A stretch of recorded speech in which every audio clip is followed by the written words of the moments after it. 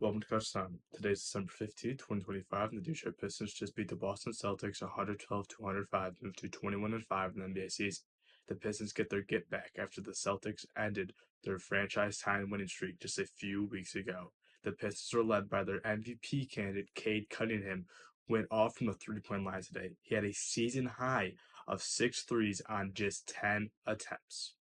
There was a lot to love tonight from the Detroit Pistons. Cade Cunningham is the MVP candidate the Pistons have been needing for the past 2 decades. 32 points, 10 assists, and 6 for 10 from the three. Easily his best 3-point shooting line. He's struggled pretty honestly from the 3-point line this season, especially as of recent.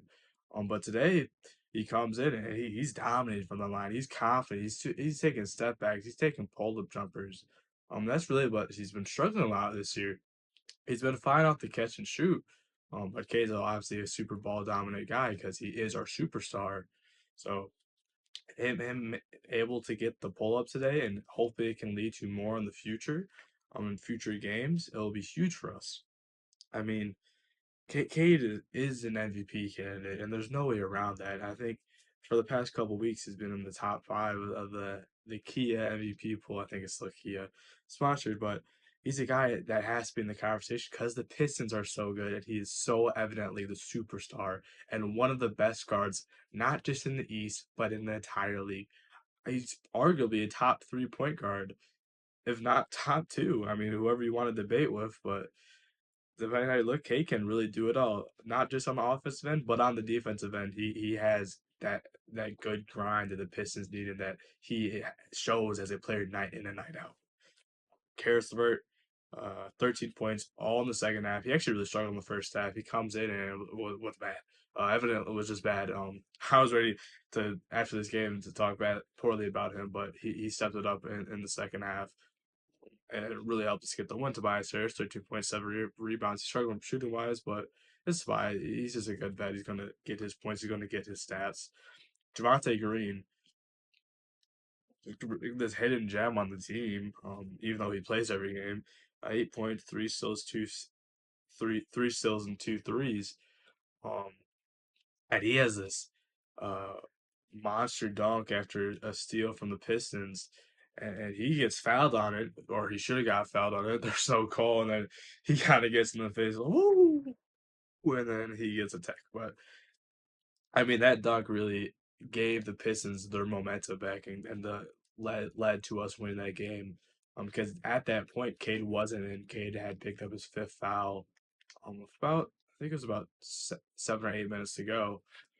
So he had to be taken out because you obviously don't want Cade out, and then you have to close the last 5 minutes without him. So it came in about the 4.5 minute mark. But Javante Green was the real reason the Pistons were able to keep the lead while he had to sit out.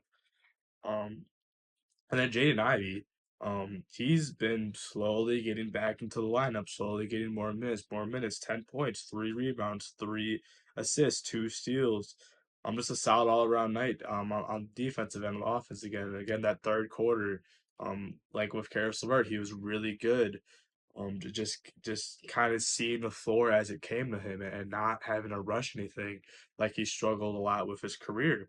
It was he was the first man off the bench. That's the first time that's happened this season. He played 20 plus minutes. That's the first time that happened this season.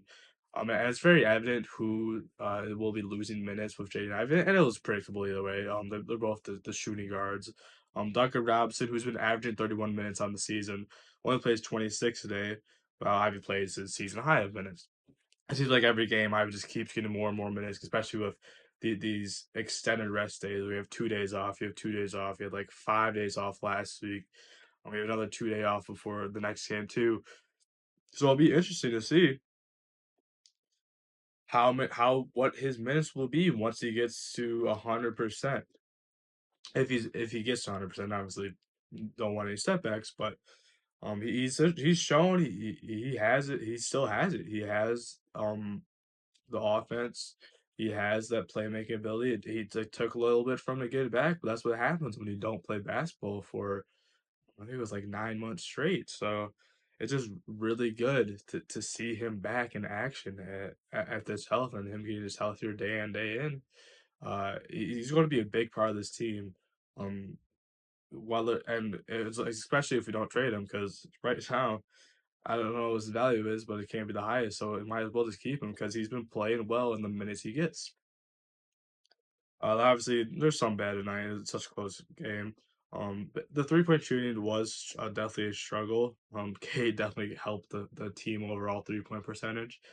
Tobias Harris was 0 for 5, not good. And at least two of them were wide open that he has to hit. If you're wide open and you're a pretty offensive center guy like Tobias, you have to hit those. I do 1 for 7, a little bit different, like selection of 3 pointers. So I think a couple of them were fours, a couple of them were at just kind of had to force it up. But he's been shooting better from the three this season.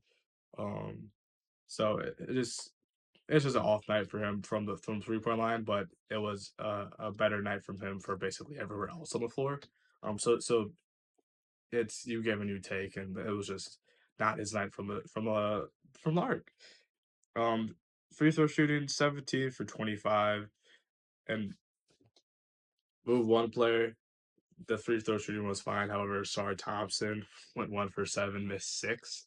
And two times he missed two free throws in a row after a foul. So he's got to do better. He's such an aggressive player, getting to the rim, just a driver. That's his game because he can't shoot. So he has to be at least able to shoot free throws to be an effective player on the floor. I mean, he's easily the best defensive player, especially on the perimeter. But when you can't even hit your free throws on a night, it struggles to play you, because that's the best offense he can add other than a dunker, and like a pick and roll specialist almost. Next game is Thursday, so we got 2 days off again, and it's continuation of this big road trip. They have like a 6 game road trip for the Pistons before Christmas and a little bit maybe a game after. But it's against the Mavericks. Last time the Pistons versus Mavericks, it was in Mexico City, and they blew them out. Jalen Duren, I think, had a career high in points. So hopefully the Pistons can dominate again, and they should, because the Mavericks are still a very struggling team, and the Pistons have been dominant um, to start this season. I mean, I don't know if you can say to start the season. We're 26 games in, we're a quarter way through, and the Pistons are still the first in the East. So the Pistons are legit, and they don't look to be going anywhere. Thank you.